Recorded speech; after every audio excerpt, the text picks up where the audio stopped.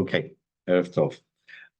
In the message I sent out about the class tonight, the expression is I think I bit off more than I can chew.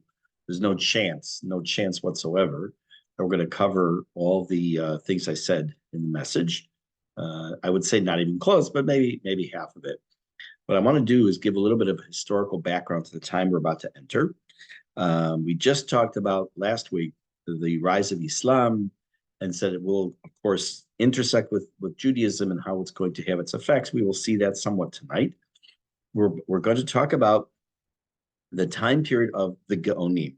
So just as a review, we have the Tanaim, the time of the Mishnah, Amoraim, the time that comes after this, the time of the Gemara, the Talmud, Savoraim, which was either one generation or maybe up to 5 generations long, but still relatively speaking short. And they're the ones who finished off a lot of things that had to do with the Talmud and put it in a certain order. And now we're going into a time period that lasts about 4 centuries, about 400 years, called the time period of the Geonim.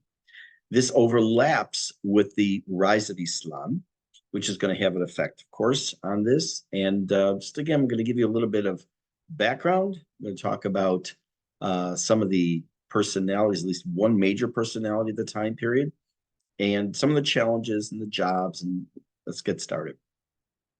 So we're talking now about the 7th to 11th century. That's the time period where it's spanning. And at the location we're talking about was once again Babylonia / Persia / whatever it is, as the Islamic rule starts to take over. We will focus on 2 specific cities in Babylonia, which we've talked about before, the cities of Pumbedita and Sura, which were the 2 major Torah academies in Bavel at the time. It was, I would say, a transitional time period in Jewish history. Keep in mind that if you were to go to somebody's bookshelf, in quotes, at about the year 700 or 800, you wouldn't find really books, you'd find scrolls, but you could use the terminology books. You'd find Tanakh, you would find Mishnah, you would find Gemara to some extent, depending on how advanced these people were. You wouldn't find what we would call a real book of law, a Shulchan Aruch. The Shulchan Aruch isn't going to come into existence for a few hundred more years. This is still before the Rambams, before the Shulchan Aruch, before the Torah. If you know any of these titles or names, we're going to get to everything. So again, this reason I'm mentioning this is because it's going to play a very important part in this time period. There's still no codification. There's no code of Jewish law yet. There's a massive amount of information. And what's happening is that the Jews are entering into a time period along with the rest of the world, which is known as the Dark Ages. The Dark Ages actually precedes this and lasts about 300. It precedes it and goes into the early time of the Geonim. And I'll translate what that means soon. Dark Ages last from approximately 500 to 800. So that was characterized by a basically human functioning came to a screeching halt. It was a very bad time period intellectually, as far as socially and other things. And this isn't a class on the Dark Ages, so if you have any interest in that, you can consult with Moreinu Rabbeinu Rav Google. At the same time, in Asia, and I'm talking about specifically that in Europe, at the same time in Asia and North Africa, there is an upheaval due to the growth of Islam. Remember, that's what we talked about last time, which is why I wanted to make sure you had that background. So that Asia and Northern Africa is going through this big change, not like what's happening in Europe, where things are going down the toilet, but a different as politically, socially, and many other areas. And the Jews, no matter where they are, they have difficulties.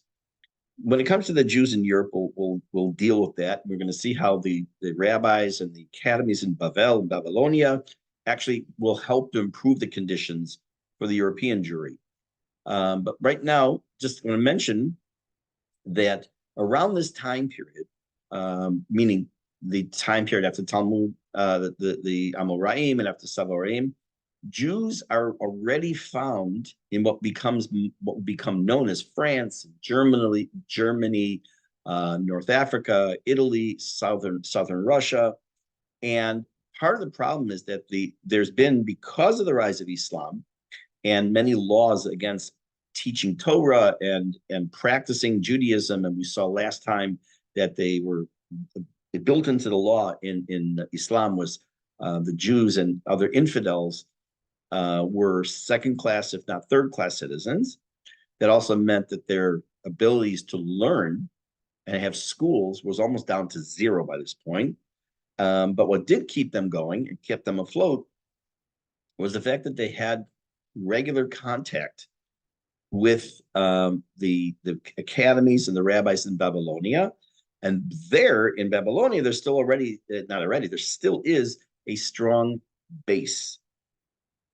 But after the rise of Islam, the communication, as things are starting to get worse for the Jews, the communication also between the Jews that are in what we call Europe, we call it today, and the Jews that were in Babylonia was getting more and more difficult. So, like I say, by this time already in Europe, the schools for the Jews, I'm not even talking about day schools or anything of that nature, just yes, the Torah schools, but just the secular knowledge at all is becoming harder and harder for the Jews to have the ability to learn in schools, again, because of various laws that have been enacted by the Muslims. And they become heavily influenced by this into the extent that they their knowledge base starts to take a hit. And they feel there's no incentive to learn. What's the incentive if tomorrow's going to be just as bad as today? And a week from now, and a month from now, and a year from now, what's the whole point?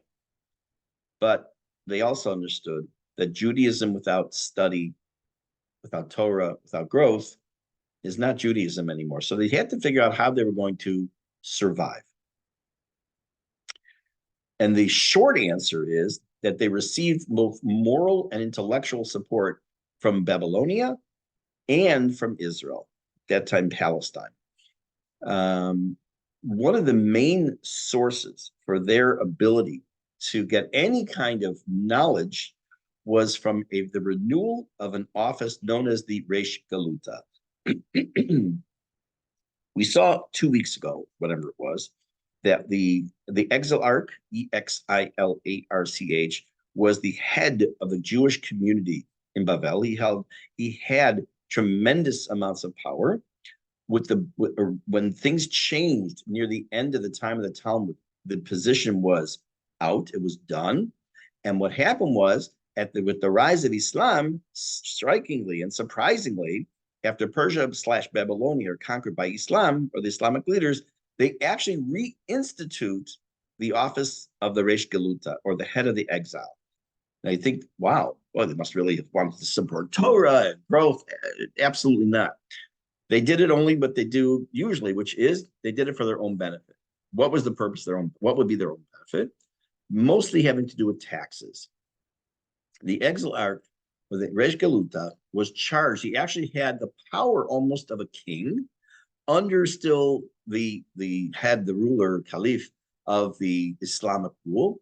But he did have governance in a sense of the people. Therefore, by the way, he was also a descendant of the house of David. That's one thing that the Muslims allowed, that they would be able to follow the tradition which they had established, which was that the Exilarch, or the Reish Galuta, would be a descendant of the house of David. That already gave a little bit of hope for the Jews in the other areas of diaspora, because they felt at least now they could see there's a continuity. Maybe there's some growth. There used to be something.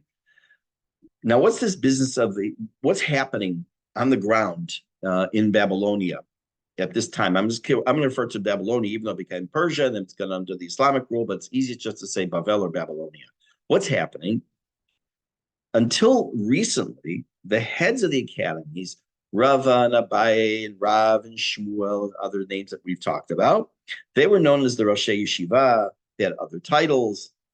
Now, the title of the person who becomes the head of the academy turns to the name Gaon. In modern Hebrew, a Gaon is a genius. Now, they were geniuses, but that's not why they were called that. Gaon was used as a title at that point, meaning excellency. You'll hear sometimes nowadays Moreno, Harav, Gaon, so and so. Okay, it's unfortunately it's thrown around very often. Has absolutely no connection whatsoever to the original usage of the title, which was the excellency, which was the person who was running the Beit Midrash, and he was a functionary that did things for the community, for the Jewish community in Bavel. At this point, instead of when there was before many academies in Bavel, it's shrunk down to a few. The two main ones, as I mentioned before, Pumbedita and Sur. Tonight we're going to talk only about Sur. You'll see why. What would they do? What was the function of the Geonim? Remember, there still is the Reish Galuta. He had certain responsibilities. But what did the Geonim do? And again, remember that the Geonim is the title used for the heads of the academy. So they served as spiritual leaders, legal authorities for the Jewish communities in the Islamic world. Because remember, they are now under the rule of Islam. And what were their responsibilities in the Jewish world? What was it they had to do? So they had to, when it comes from like the Jewish perspective, let's talk about that first. They were the safeguards of Jewish tradition, meaning the integrity of halakha. Well, wait a minute. How's there integrity to halakha and tradition if all you have till now is you have the Tanakh, the Mishnah, and the Gemara? Where's the halakha? How's that? There's no book, which becomes part of the problem, which we will see. But whatever information is being passed down from generation to generation, both verbally and in the texts, their job, so to speak, of the Geonim, the heads of the academy, is to make sure that that continues. There's the continuity, not a break. They also were consulted on matters of Jewish law, and they provided legal rulings, and that's the topic we're going to come back to in a few minutes, because that's going to become a critical function of the Geonim that's going to lay the foundation for the future of Jewish law. Part of what they also did, which will roll into this last topic I was talking about, is they interpreted, went into depth on the very complex topics in the Talmud. We are blessed today that there's no excuse for somebody who wants to learn Gemara. There's no excuse for them to not be able to learn. Why? Because whereas maybe up until 50 years ago, to the average person, unless they had a good teacher, it was a closed text because it was in Aramaic and it's written in shorthand, mostly only talking right now Talmud Bavli, the Babylonian Talmud. It was confusing. It was whatever it was. The Cincino translation into older English came out. And then with the art scroll coming onto the scene, and Rav Steinsaltz Zatzal, and in the Hebrew, the Schottenstein, it's like, and now online, go to Safari, go to anywhere you want online, Al HaTorah, there's like so many sites. Don't have to pay for anything. You just go online, you find all you need. It's easy to learn. And you also, not only that, you can click on a hyperlink. And if you're learning a topic, you don't know what it means. So you go from that type hyperlink and you get the information, and you want to know what the halakha is, and you can look it up. It's right there. Didn't exist then. Obviously, at that point, none of this existed yet. So part of what they did, part of their job, was to interpret and clarify certain complex issues that came up in the Talmud. What do they do with that information? We will see soon. They also oversaw a curriculum of schools, of what would be taught in the academies, what would be taught to what we would call today day schools. There already is an educational system in Bavel for kids, for teens, and then, of course, they had the academies, the higher learning of level learning in academies. But they all function, if I can use the term, they function like the Misrad HaChinuch, or the Ministry of Education, that they made sure that what was being taught in the schools. So they oversaw the curriculum. They oversaw the administration who was running the school. They were very active in seeing this because they were interested not just in educating the masses, but also training future Torah scholars, because they knew they were not immortal, and it was necessary for them to train the next generation who would train the next one.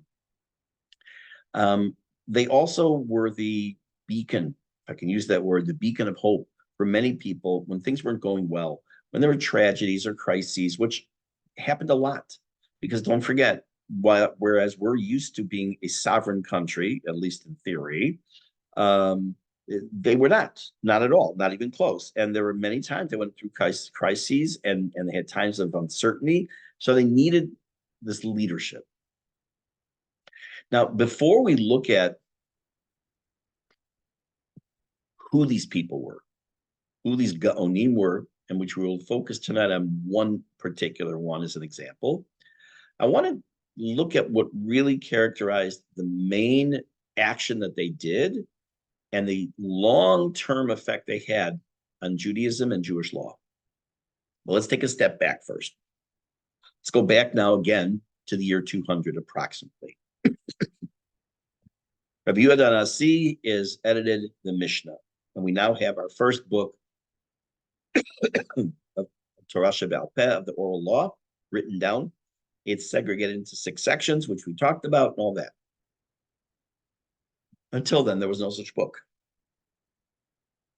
After that, there's centuries of during which that book, that set of books, is being interpreted. At least the legal discussions and all kinds of other discussions and legends and lore and math and science and astronomy and everything you could think of somehow gets discussed and ends up in the Gemara. And that's great. It's great if people have access to the information, if people have the brains to interpret, to understand. But what happens when people don't have the information, or they don't know how to interpret? Or you do have rabbis in other areas of diaspora, but their level of knowledge isn't as strong as it needs to be. No, they can't. Again, I'm not being facetious. They can't go online and look it up. They can't text a rabbi to ask. They're isolated. They're isolated communities. So what happens?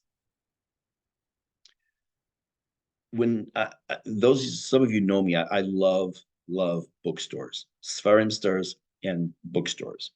I could spend all day. I would say Crocs and Brentanos, but that's not around anymore. But in Barnes and Noble kind of stores, just the smell, the scent of being in that kind of a store. In Sfarim stores, I could spend all day in Manny's in Mea Sharim. It's just like I love Sfarim and I love books. And if you go into a bookstore that is properly organized, you know that they're organized by topic. You could have Tanakh.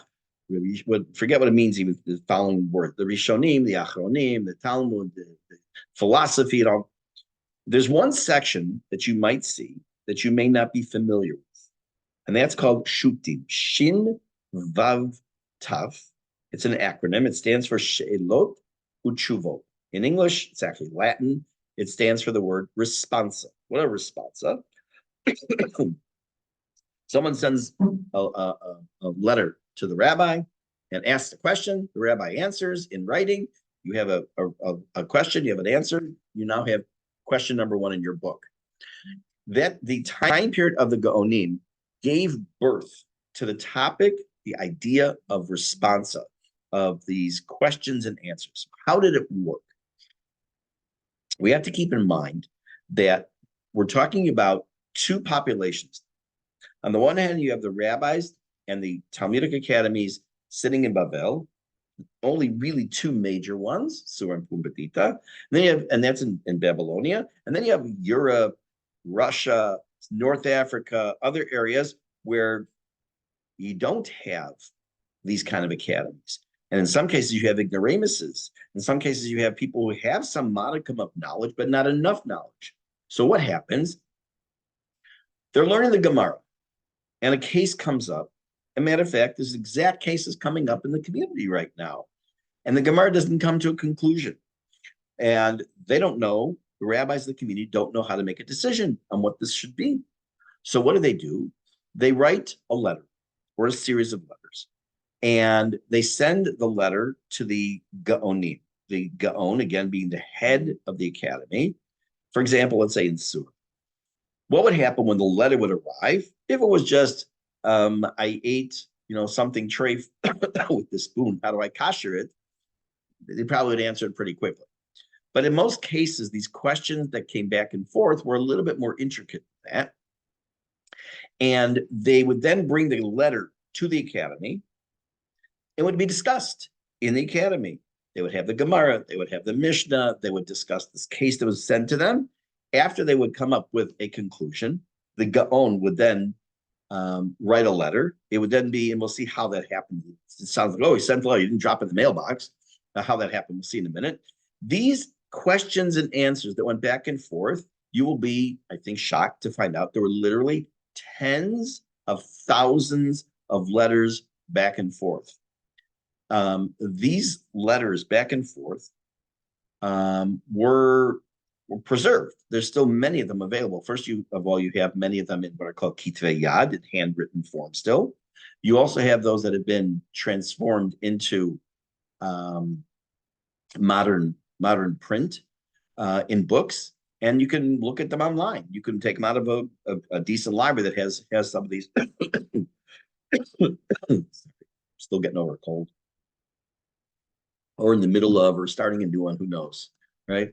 In any case, so this back and forth, these literally tens of thousands of letters back and forth become the foundation for the next stage, when we're going to come to in a few weeks, of the birth of what becomes known as the Shulchan Aruch, which I don't want to get ahead of myself. I just want you to understand right now that we're not talking about a few hundred questions. We're talking about a tremendous amount of these letters.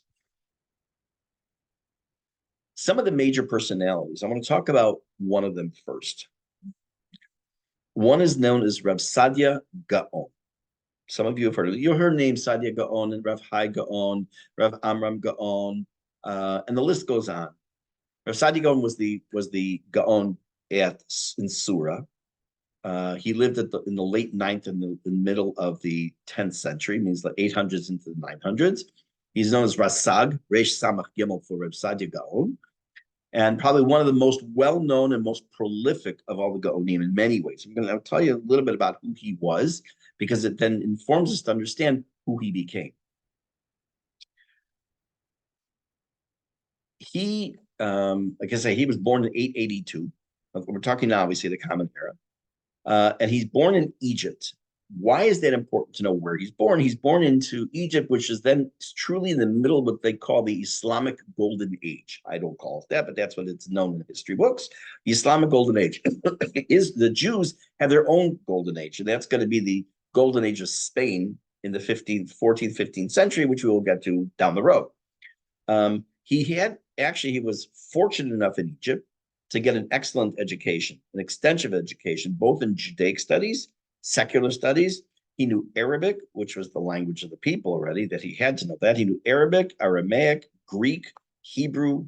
So he was very, very well versed, and he was also blessed with an amazing memory. He grows up, he moves to Babylonia, and he is appointed the Gaon of Surah, the Academy of Surah, because of his brilliance. Over the years, I'm sure all of you have heard of stories of people who were, quote, discovered, or that you heard about so-and-so. It was like he became the leader of a particular community or a school or a yeshiva because it just was so brilliant and scholarly. And this is what happens to Rav Sadia Gaon. He gets to Bavel in the early 900s, and he is put into this position almost immediately, and therefore is thrust into this position of not only it's not like nowadays the Rosh Hashiva of Yeshiva. He's involved in the Yeshiva and the daily life of the Yeshiva and the boys and possibly the administration, but hopefully not. But it's coming into a point now in Jewish history where he's at the forefront of Jewish life, communal life, intellectual growth in a very tumultuous time. There's a lot of internal fighting. I know it's hard to believe that by Jews there could be internal fighting, but it has happened once or twice in the last 5,000 years. And also some political upheaval. Part of it is internal, part of it is due to the rise of Islam. I said before, part of the job of the Geonim was to defend tradition, to promote tradition, to promulgate Torah. And probably the greatest challenge that came to Judaism at this time was not Islam, but rather Karaism or Karaite Judaism, which we will talk about Bezrat Hashem, probably after Pesach, because this is the last class until Pesach. And I'll just tell you one sentence what it was. It was the movement within Judaism. I mentioned it the very first class when we talk about Shalot. If you don't know what I'm talking about, watch the video. That it was the movement that basically said we will accept the Tanakh, but we will not. But the movement of the authority of the Talmudic rabbis, rabbinic tradition, we don't accept that. Meaning they said we'll take Torah shebichtav, the written Torah, but we will not accept the oral one. And that was a tremendous hit to the Jews because many people were enticed by that. So you know what? Theoretically, it would be easier because there's so much less you have to do. Now it doesn't. If they keep Judaism, then how do they know how to make a sukkah and how do they know what tefillin are? Again, we'll have to deal with that.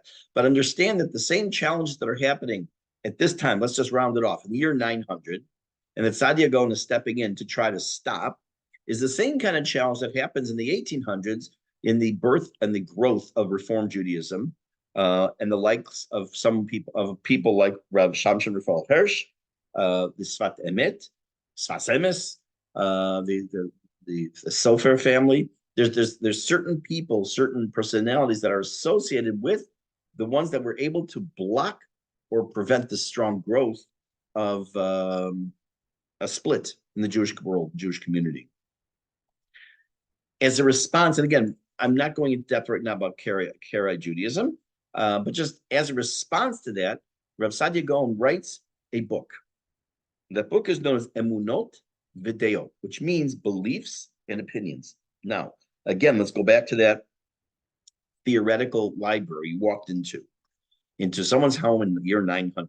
What do you find? The Tanakh, Mishnah, Talmud, and maybe you're starting to see some pamphlets of written, what we're now going to call tshuvo. The responsa, a responsum is one, responsa, it's Latin, it's plural with the A at the end.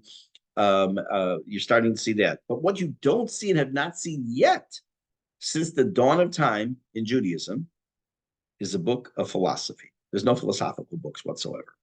That means that there's no philosophy, just there's no books about it. And he writes the first book of philosophy in Judaism. He's at least 100 years he's writing this before the Rambam. We all know, but many of you know, that Rambam writes the famous Guide for the Perplexed, which becomes a bit of a thorn in the side of other Jews we will talk about. In any case, in Emunot V'Deot, he lays out his beliefs and opinions about Judaism. It is a defense of traditional rabbinic Judaism. Remember, we talked about that also. We talked about the beginning where the time of the destruction of Beit HaMikdash, we went from a time period with Nevi'im and other leaders, kings and all, and we moved into rabbinic Judaism after the destruction of Beit HaMikdash. That's where the Karaites want to chop off. And this is what he wants to keep intact. They saw themselves not only defenders of rabbinic Judaism, but Judaism in general. In addition to that action, what else does Saadia Gaon do? He is taking into his hands something that is the equivalent, I don't mean to minimize it, the equivalent of taking the Gemara about 45 years ago and having Art Scroll start to write commentary. What do I mean? He translates the text and many of the commentaries of the Tanakh and the Gemara into Arabic to making it much more accessible to the average person. The Tanakh, the translation of the Torah that he wrote in Arabic with an extensive commentary is called tafsir. I don't know what it means. I'm sorry, I didn't look it up. But tafsir became the major work that enabled the average person living in Islamic countries to learn the Torah.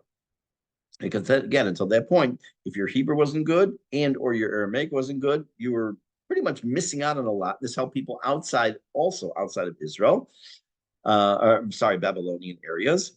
In addition to that, one of the things I said when he wrote his book of philosophy of Emunot V'Deot, he was also influenced by Aristotle. And by the way, Rambam quotes Aristotle. He's known in Hebrew as Aristo, but he quotes Aristotelian philosophy, and even a little bit of Islamic thought is woven in. Just as a side point, parentheses, we are told Chochma bagoyim ta'amin. If you come across something that is true, seems to be wisdom, and it's brought out into the world by a non-Jew, you can believe it. We're not talking about Torah. We're not talking about all, these kind of things, but we're talking about you're allowed to believe in something and accept something that's just because a non-Jew thought of it and did it doesn't make it already treif. So in any case, so his book of Emunot does a lot of, also I mentioned about beliefs and opinions, but it also a lot of theological questions and concepts, the nature of God, prophecy, and most significantly, the topic of free will and discussion of free will and determination. So if you don't have the book, it's available. It's available in any Jewish bookstore that has more than just a handful of books. It's available online. It's available in stores. It's something worthwhile having. It's available in any language. You can just go into Sefaria. You can find it there. He also had a lot to do with our davening. If you attend or did attend or watched the videos of our Tefillah class, we talked in the beginning about the Sidur, that the first real usable organized Sidur was at this time period. It wasn't by Rav Sadia Gaon, it was by Rav Amram Gaon, another individual of the same time period. But what Rav Sadia Gaon did was he was very influential in some of the liturgy, some of the prayers that were added, some of the things that were sung. And it was always mixed in with some sense of spiritual act, sensitivity. He also had this, again, we're still just talking about one person, right? He also is very influential on Jewish thought and scholarship, because what happened was, as a result of his translating many works into Arabic, it therefore opened the doors, and including, by the way, Emunot V'Deot, it opened the doors for other people to learn the text, and therefore promoted more growth in philosophy, in Torah, theology, study of Tanakh, and then he was also involved in that as well. His fluency in Arabic, it also enabled him to engage with the Islamic culture, the Islamic rulers, and it enabled also some cultural exchange between Jews and Muslims during the Islamic Golden Age. Some of the Muslims evidently found his writings interesting. I didn't do any further research on that. I don't know what they would have done with it. But now, I didn't even mention anything yet about the whole writing the Shelot and Shuvot. We're going to come to that again. But he was said, probably, I don't remember for sure, but I think one of the most, if not the most prolific writer of this response that went back and forth to the Jews basically around the globe, at least that time, the known Jewish world. But even just taking all I've said so far about into consideration, he seems to have been a towering figure in Jewish history. Not only in Jewish history, but the intellectual aspect of Jewish history. He was known for his scholarship. He was known for his leadership. He was known for defending tradition. So if you go back for a moment to Rabbi Yochanan ben Zakkai, which is where we started months ago, or whatever it was, and we talked about how he saved Judaism because he felt that if he didn't reestablish something of the Beit HaMikdash and the Torah, which he did in Yavne, that he could have gone down the toilet.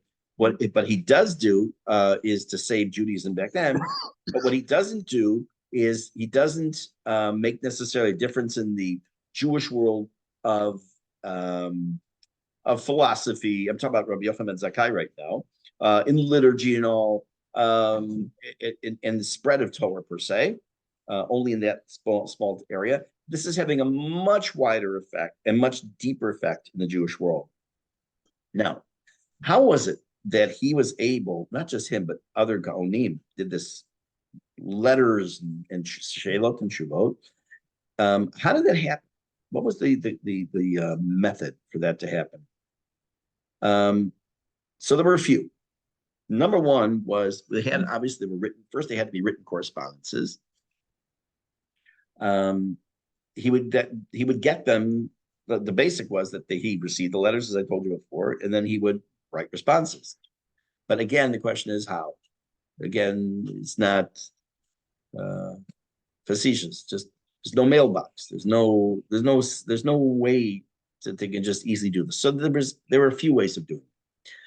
they were the Jews were merchants and traders and scholars, and they traveled for business. And in order to do that, and they would often travel with these letters from I'm just going to call the diaspora, even though it's Bavel's in diaspora also, just for sake of just making a distinction. Jews in diaspora, them sending their letters through the merchants and the businessmen and the scholars. They come to the academies, in this case, Surah. As I said earlier, the Gaon, along with the people in the yeshiva, would discuss. They would write the response. They would then put them into whatever they put them into. And when the businessmen and the scholars and the merchants and the traders would start to leave and go back towards the other direction, they would be sent as well. That may have a bit of a ring of recent history for many of you. When I was learning in Shalavim after high school, and for years afterwards as well, very commonly you would find, oh, you're going to, New York, oh, from people here, oh, you're going to Chicago, you're going to LA, can you take a letter for me? Right? It had nothing to do at that time per se with the cost, because it was pretty cheap. It had to do with time, because it could take you 3 weeks in theory to get the letter with the aerogram or whatever would get there on one end. Another maybe 2 or 3 weeks to get the response. Forget about phone calls. So the idea of sending letters overseas or far distances with people already going was already happening centuries earlier. Mm-hmm. Now, in some cases, you had a situation where the person asking the question or the person to whom the response was going to was a very, very important individual. And in those kind of situations, there were personal emissaries or messengers that would go to the academy, or with the response back to the one who was asking the question. It was rare, but it did happen. And again, disseminating the answers was much more than just now that there's an answer in the hands of the community of the person who asked. What happened with this information? Jewish law, halacha, is based very much in very similar fashion, lahavdil, I should say it the opposite way. Civil law is very much based on halacha. And in civil law, we know that this concept of precedence. If, let's say, for example, there's a case in front of a Beit Din today, mamash today, and one of the rabbis or the lawyers is able to find a question and answer from the time period of the Geonim, the exact same situation, or not the same situation, but something very similar, and it has not been overturned since then, the halacha has not changed since then, he's allowed to use that as the basis for a claim in the Beit Din. So we use the concept of precedent in Jewish law as well. So it not only was for the time period, but also was setting the stage for the future of Jewish law. If you take into consideration all of these letters that went back and forth, all these shutim, remember I said shutim stands for she'elot u'tshuvot, and it's plural. You have then built these thousands and thousands and thousands of questions and answers, what we call in English case law. And not that many centuries later will help the Rambam, Maimonides, it'll help the author of the Tur. If you don't know what these are yet, we'll learn about them. And then the Shulchan Aruch, all the way up to our day. If you have a book at home, let's say you have the Mishnah Berurah. The Mishnah Berurah is written by a commentary by the Chavetz Chaim, written in the late 1800s, early 1900s, on the Shulchan Aruch, the Code of Jewish Law. If you have one in your house, you should know that a good percentage of the information that's found in that Mishnah Berurah / Shulchan Aruch, its source of halacha comes to this time period. Because whereas the Gemara has cases and stories and does in some cases come to halachic decisions, it doesn't in every situation. And it was left into the next generation, as I say, into the time period, the Geonim, where they started making more and more decisions, and therefore making that the basis for the future codes of Jewish law. Okay, so we're going to stop here. We are left with talking still about a couple more Geonim. We want to talk about Karaism, the Karaite Judaism, And as I mentioned, we also need to talk about two. One famous, very famous one, a famous false messiah known as the Shabtai Tzvi, and the second one who was not as famous, known as Yaakov Frank. We'll learn about those two personalities and why we learn about, you'll see. It's not just stam, it's important to learn about them. In the meantime, I want to wish everyone a Chag Sameach Kasher. Should be a great Chag, should be a great Pesach, should be the true Geulah, the true redemption for all of us, including the hostages, including all those who are fighting, including everyone who's been injured. We should have the true redemption be paired with Yameinu Amen. And have a wonderful evening, everybody. Amen. Thank you very